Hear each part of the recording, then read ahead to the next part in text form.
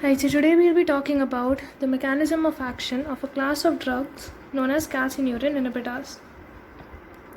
Now, when we study in pharmacology under the class of immunosuppressants, we tend to come across what are known as calcineurin inhibitors. I'll explain exactly what the mechanism is. For now, I want you to remember two examples for these drugs, that is cyclosporin and tacrolimus.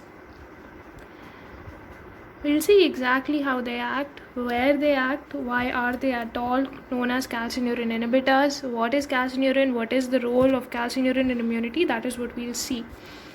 So to start with, we must understand that cyclosporin, once it enters your cell, it combines with an immunophilin substance, immunophilin protein that is known as cyclophilin. And this cyclophilin complex is what is going to inhibit the action of calcineurin. The question is, which part of immunity does it act on? What exactly is the pathway where calcineurin is involved? So, cyclosporin acts on the cell-mediated immunity. We'll see exactly how cell-mediated immunity, and it acts specifically on the T cells. Obviously, because it's cell-mediated immunity, it would be acting on T cells. Specifically, T helper cells, that is nothing but your CD4 plus cells. So what happens normally in the body is whenever there's an antigen, right, which has to be brought to the T helper cells so that your T helper cells can recognize the antigen and therefore eliminate whatever antigen has entered your body, you have what are known as the antigen presenting cells. This is a typical dendritic cell, which is the antigen presenting cell. Now these cells have got what are known as MHC molecules, and since we're talking about T helper cells, we have the MHC class 2 molecule. Right? Now, the T helper cell has something known as the CD4, which actually is attaching the cell or linking the cell to MHC so that the T cell receptor, which has actually got alpha beta subunits, and there are certain molecules here for signal transduction which we'll see, so that the T cell receptor can easily recognize the peptide antigen which is presented in the groove of MHC class 2, right? So once the antigen has entered your body, that could be anything, right? We'll see how these immunosuppressants are very frequently employed for graft rejection, or they are employed in autoimmune diseases, right? So whatever antigen is there, that is presented by MHC class 2, which is the antigen presenting cell, which is present on the antigen presenting cell. And then this antigen is recognized by the T cell receptor. The problem is these T cell receptors cannot themselves carry out the signal transduction. So for that you have here CD3. Now, irrespective of the mechanism of signal transduction, what happens when these T cell receptors get activated is there's phospholipase C.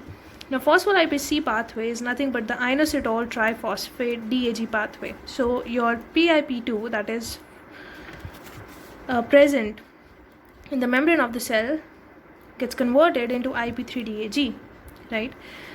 Now, this leads to the increase in intracellular calcium, and this calcium is actually going to combine with calmodulin, and this calmodulin is then going to act on calcineurin, right, which is nothing but a serine threonine phosphatase. Now, what's the function of phosphatase, right? We have kinases which tend to carry out phosphorylation. We also have phosphatases which tend to carry out dephosphorylation. So essentially, this phosphatase is going to cause dephosphorylation of what is known as NF-AT. NF-AT is nothing but the nuclear factor of activated T cells. And this NF-AT is what is now going to act on the DNA within the cell in order to cause the translation of interleukin 2. Now, why interleukin 2?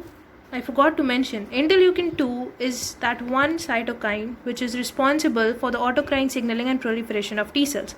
So what happens is, once an antigen comes to the T cells, they tend to proliferate by developing interleukin 2 receptors and secreting interleukin 2 themselves, which therefore produces what's called an autocrine loop. And this autocrine loop is majorly responsible for the proliferation of T cells.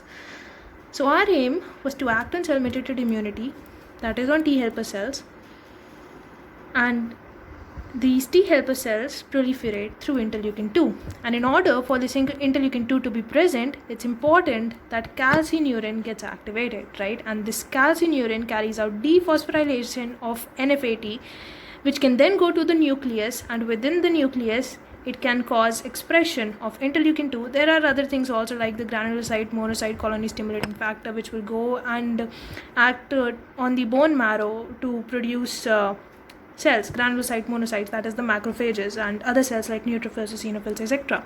for the immune response.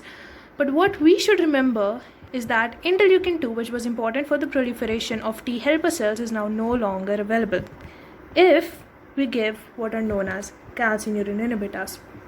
So calcineurin is massively important for the proliferation of T helper cells, and once you give drugs like cyclosporin, it's going to combine with cyclophilin, and this complex then binds to calcineurin, rendering it inactive. No dephosphorylation of NFAT, no synthesis of interleukin 2. Your T cells, T helper cells, are not going to